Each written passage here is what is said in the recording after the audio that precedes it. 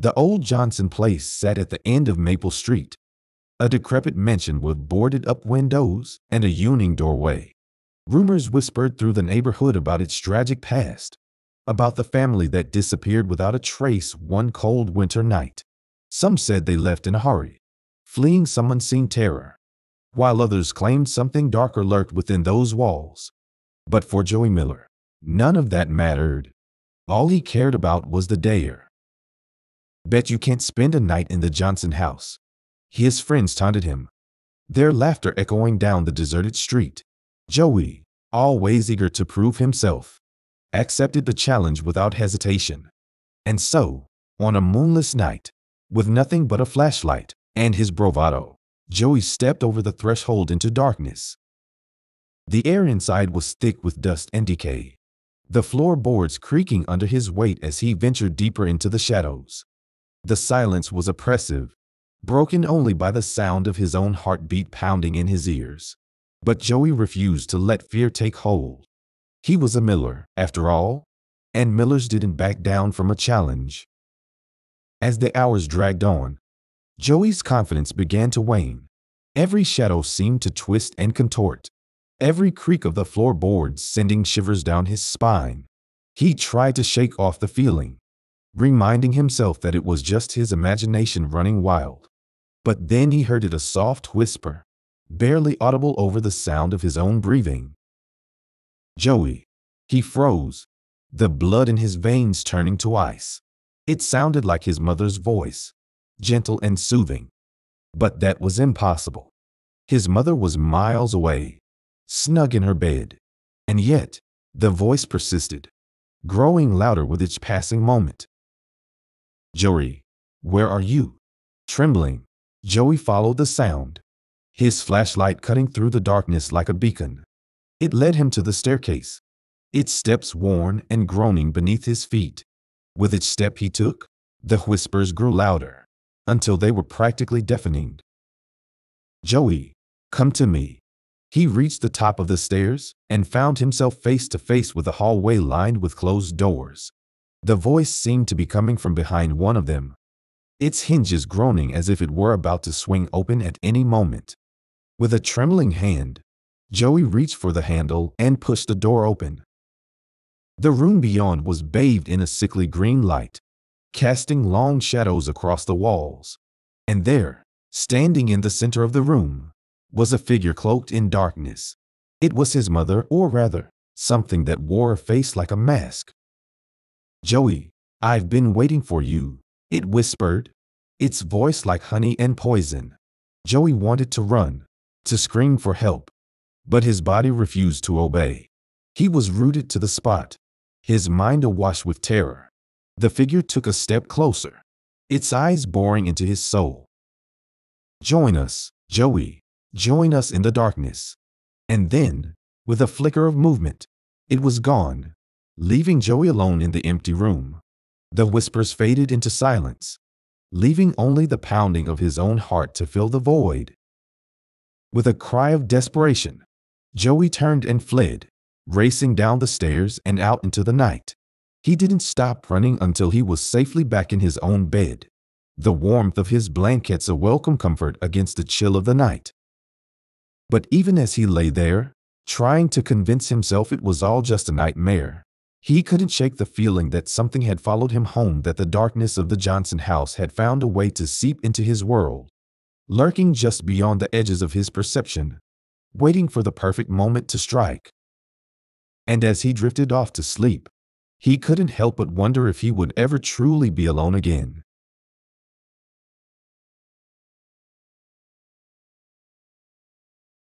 Okay, so maybe forgetting to tell Mom about me being left behind wasn't the best move. But hey, cut a kid some slack, all right? Especially a kid like me, stuck in a giant, echoing house on the night before Christmas Eve. My parents were already halfway to Paris by the time I realized the house was deathly silent. No frantic last-minute packing, no goodbye kisses, just nothing. Panic clawed at my throat, but I choked it down. My folks would be back in a day, tops. In the meantime, I had the whole house, a mountain of junk food, and a glorious night of Home Alone-inspired hijinks ahead. Pizza for dinner, a movie marathon, and maybe even a dip in the hot tub. Parental warnings be damned. The first few hours were a blast. I gorged on greasy goodness, watched cheesy action movies so loud the walls vibrated, and even managed a decent rendition of Jingle Bells on the air guitar. Thanks, Mr. McAllister. But as the night wore on, the silence started to feel oppressive. Every creak of the floorboards, every rustle of wind against the windows, sent shivers down my spine. Around midnight, the power flickered. The living room plunged into darkness, the only light coming from the dying embers in the fireplace. A primal fear, cold and heavy, settled in my stomach. I scrambled for the flashlight my dad kept in the kitchen drawer. Its beam a fragile beacon in the inky blackness. A muffled thump came from the attic. My heart hammered against my ribs. The attic was a forbidden zone, a dusty, cobweb-filled labyrinth my parents warned me never to enter. But the sound, it was insistent, almost rhythmic. Curiosity, stupid, relentless curiosity, propelled me forward. The creaking stairs leading to the attic groaned in protest as I climbed them, the flashlight beam dancing wildly across the cobwebs. The air grew thick with dust and a cloying, metallic scent that made my stomach churn. Pushing open the attic door, I froze. The room was packed with dusty furniture and old toys, shrouded in darkness except for a single sliver of moonlight cutting through a broken window. But that wasn't what chilled me to the bone. A figure, tall and gaunt, stood hunched over a rocking chair, its back to me. In the rocking chair, a small, bundled form lay still. Terror choked the scream that rose in my throat. My hand, slick with sweat, tightened around the flashlight. Slowly, I took a step forward. "Who's there?" My voice trembled, barely a whisper in the suffocating silence. The figure remained motionless. The rocking chair creaked back and forth, a slow, tortured rhythm. My breath caught in my throat. This wasn't a prank. This was something else entirely. Panic surged through me, hot and blinding. I didn't wait for a reply. I turned and ran, my feet pounding on the creaky stairs. The rocking grew faster, a maddening counterpoint to my frantic escape. Bursting into the living room, I slammed the attic door shut and threw every piece of furniture I could find against it. A rickety bookshelf, a sagging sofa, even the Christmas tree. Minus the ornaments, of course. The rocking stopped. For a moment, there was a chilling silence. Then, a low, guttural growl echoed through the house. The lights flickered back on, bathing the room in a harsh, white light. Relief washed over me, momentarily. But then, I sighed. The figure was standing in the doorway, shrouded in shadow. Its eyes, two glowing red orbs, burned into mine. It let out a blood-curdling shriek, a sound that ripped through the silence of the night. I didn't waste another second. I grabbed a paint can from the overturned toolbox and a lighter from the fireplace. Adrenaline coursed through my veins, and fear was replaced by a fierce determination to survive. The creature lunged, a horrifying mix of bone and shadow. I hurled the paint can at its head, the red liquid splattering across its face. It roared in fury, the sound enough to make the windows rattle. Seizing my opportunity, I flicked on the lighter. The flames sparked to life, casting dancing shadows on the walls. Without hesitation, I ignited the paint dripping from its face. A scream, this time a human one, filled the air. The creature stumbled back, engulfed in flames. It flailed wildly, the burning paint sizzling on its skin. With a final, horrifying shriek, it turned and fled back into the darkness of the attic. I slammed the attic door shut once again, this time bolting it shut. Collapsing onto the floor, tears streamed down my face, mixing with the cold sweat coating my skin. My chest heaved, each ragged breath a struggle. The house was silent again. But this time, the silence was deafening. The flickering firelight seemed the only thing keeping the encroaching darkness at bay. Hours dragged by like lead weights. Every creak, every groan of the old house sent me flinching. Dawn, when it finally arrived, seemed like a miracle. Sunlight streamed through the windows, casting a warm glow over the disaster zone that was the living room. Slowly, the terror that had gripped me started to recede, but with it came a chilling realization. I was alone, not just for a night, but for who knows how long. My bravado crumbled as the enormity of the situation hit me. I called the police, my voice shaky and choked as I explained my ordeal. They arrived within minutes, skepticism etched on their faces, but the sight of the barricaded attic door, the overturned furniture, and the lingering smell of burnt paint left them speechless. They searched the house, cautiously venturing into the attic, but there was nothing. No creature, no burnt body, no explanation for the horrific events of the night. The police eventually left, attributing it to a traumatized child's imagination. But I knew better. The fear that had clawed at me all night was a cold, hard reality. I was left to piece together the fragments of my sanity. The horrifying image of the creature burned into my memory. The days that followed were a blur. My parents, frantic with worry, returned from their trip. Relief washed over them when they saw me safe, but the concern in their eyes when they saw the state of the house was evident. I tried to explain what happened, but the words wouldn't come out. How do you explain something no one will believe? My parents, bless their worried hearts, chalked it up to an overactive imagination fueled by too much Christmas cheer and a night spent alone. But I knew. The creature, or whatever it was out there, somewhere in the shadows, lurking, waiting. The once joyous Christmas season became a constant reminder of my terrifying encounter. Years passed. The memories dulled, and the fear subsided, replaced by a dull ache in the corner of my mind. I grew up, moved on, and built a life of my own.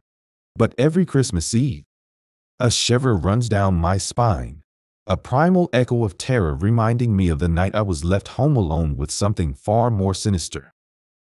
And sometimes, on nights when the wind howls around the house and the shadows seem to dance on the walls, I swear I can still hear that chilling, guttural growl, a chilling reminder that the nightmare may not be over. The house, once a symbol of comfort and security, now carries a secret darkness, a chilling truth that only I know. Some shadows are best left undisturbed.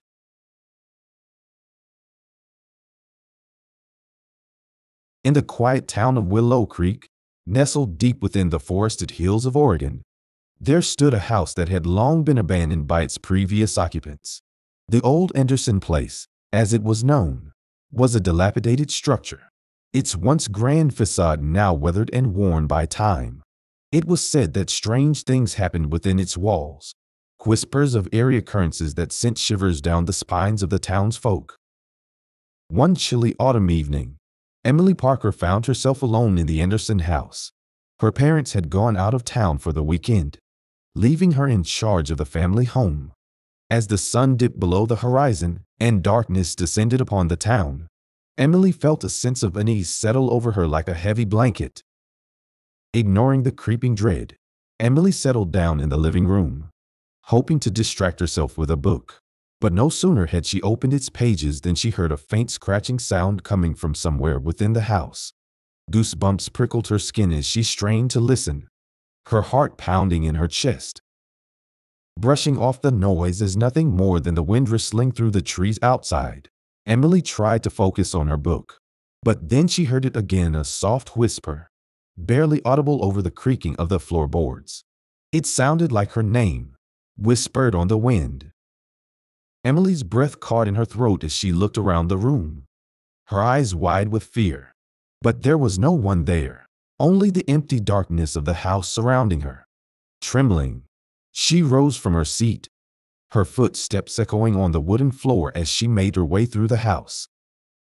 As she reached the top of the staircase, Emily felt a cold chill wash over her, sending a shiver down her spine.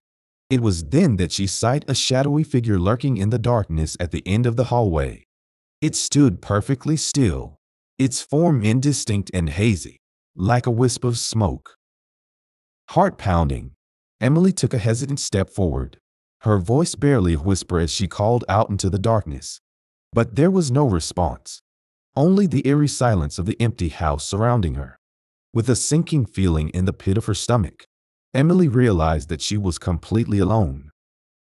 As she turned to flee, she felt a sudden gust of wind rush past her, extinguishing the flickering candle on the table beside her. In the darkness, she could hear the sound of footsteps approaching, slow and deliberate. Panic rising in her chest, Emily raced down the stairs, the darkness swallowing her whole. But no matter how fast she ran, she could not escape the feeling of being watched. That unseen eyes followed her every move, lurking just beyond the edge of her vision.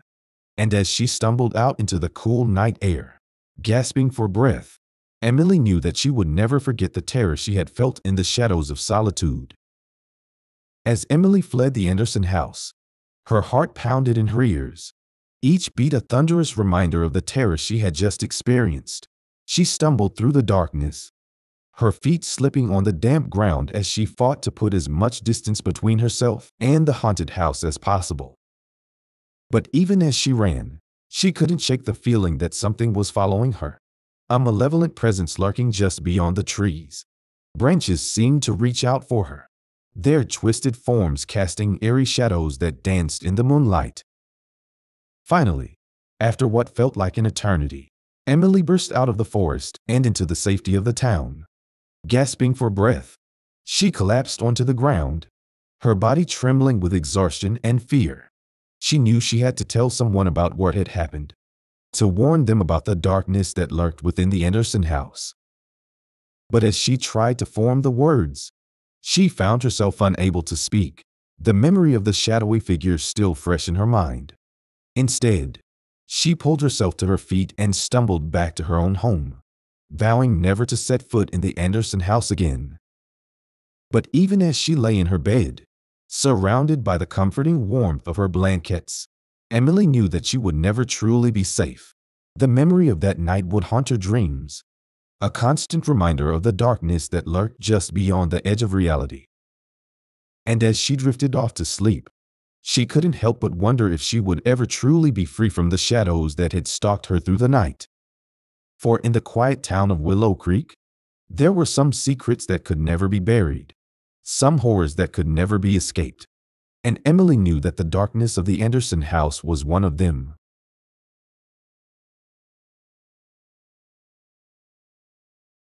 Jackson Miller was never fond of solitude, yet his profession often demanded it. A sound engineer by trade, he was tasked with collecting ambient noises from desolate locations for a horror film. His friends often joked that he was collecting echoes of the dead. Jackson would laugh it off, not knowing how close to the truth they were. One October evening, Jackson found himself in the small, sleepy town of Hadleys Grove. He was there to record the nocturnal stillness of an old farmhouse, abandoned since the Great Depression. Locals avoided the place, whispering of a family who vanished, leaving behind only a set of muddy footprints leading into the house but none coming out. The house was a silhouette against the dying light as Jackson arrived, his recording equipment in tow. He set up his microphones in various rooms, each click and shuffle of his movements unnaturally loud in the oppressive silence that filled the air. As night crept over the horizon, a chill settled in the air, and Jackson felt the weight of unseen eyes upon him. He shook off the feeling, pressing the record button on his equipment before settling in a creaky chair in the living room. He wore headphones to better catch the subtleties of the house's ambience. At first, there was only the sound of his own breathing and the occasional groan of the old structure settling. But then, the whispers started, faint, indecipherable murmurs that seemed to come from the walls themselves. Jackson sat up, straining to catch the words. His equipment was picking up the whispers clearly, but he could not make sense of them. His heart began to race as the whispers grew louder, more urgent. He removed his headphones, the room around him silent once more.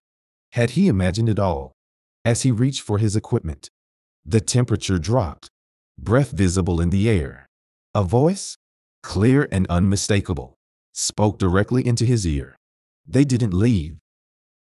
Jackson spun around, flashlight piercing the darkness. But there was nothing. Only the oppressive silence of an empty house. His mind screamed for him to leave, but his curiosity chained him there.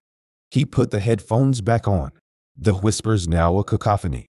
He could hear them moving, something or someone pacing the floorboards above. Driven by a mix of terror and intrigue, Jackson followed the sounds upstairs. His flashlight beam danced across old, faded wallpaper and dusty frames that lined the hallway. The pacing stopped abruptly as he reached the end of the corridor, standing before the door to the attic. He hesitated, hand trembling on the doorknob, when a child's voice whispered from the other side, "Help us." The innocence of the plea, warped by the veil of death, pushed him forward. He opened the door. The attic was empty, save for an old reel-to-reel player sitting in the center of the room, its spools slowly turning. Jackson approached, dread pooling in his stomach. He pressed play. The room filled with the sound of a last, desperate message. A man, voice breaking with sobs, recounted the tale of how they came at night, how his family hid in the attic, how he hoped someone would find the recording and tell their story. The recording ended with a scream, cut off abruptly. Then, the whispers returned, louder, no longer just in his headphones but filling the room around him. They were angry, accusing. Jackson fled, the voices chasing him down the staircase, out of the door, into the night. He drove away, leaving the equipment behind, the echoes of the dam fading into the distance. Back home, Jackson tried to convince himself it was just a job gone wrong, a trick of his imagination fueled by the eerie location. But at night, in the darkness of his room, he would hear its soft whispers, creeping out from the corners of his silent house, reminding him of the voices from Hadleys Grove. And so, if you find yourself listening to this story alone, remember the echoes of Hadleys Grove, and pray that they don't decide to whisper to you next. Watch the full story and let me know what you think. Don't forget to like, comment, and subscribe for more spooky tales and adventures on the channel.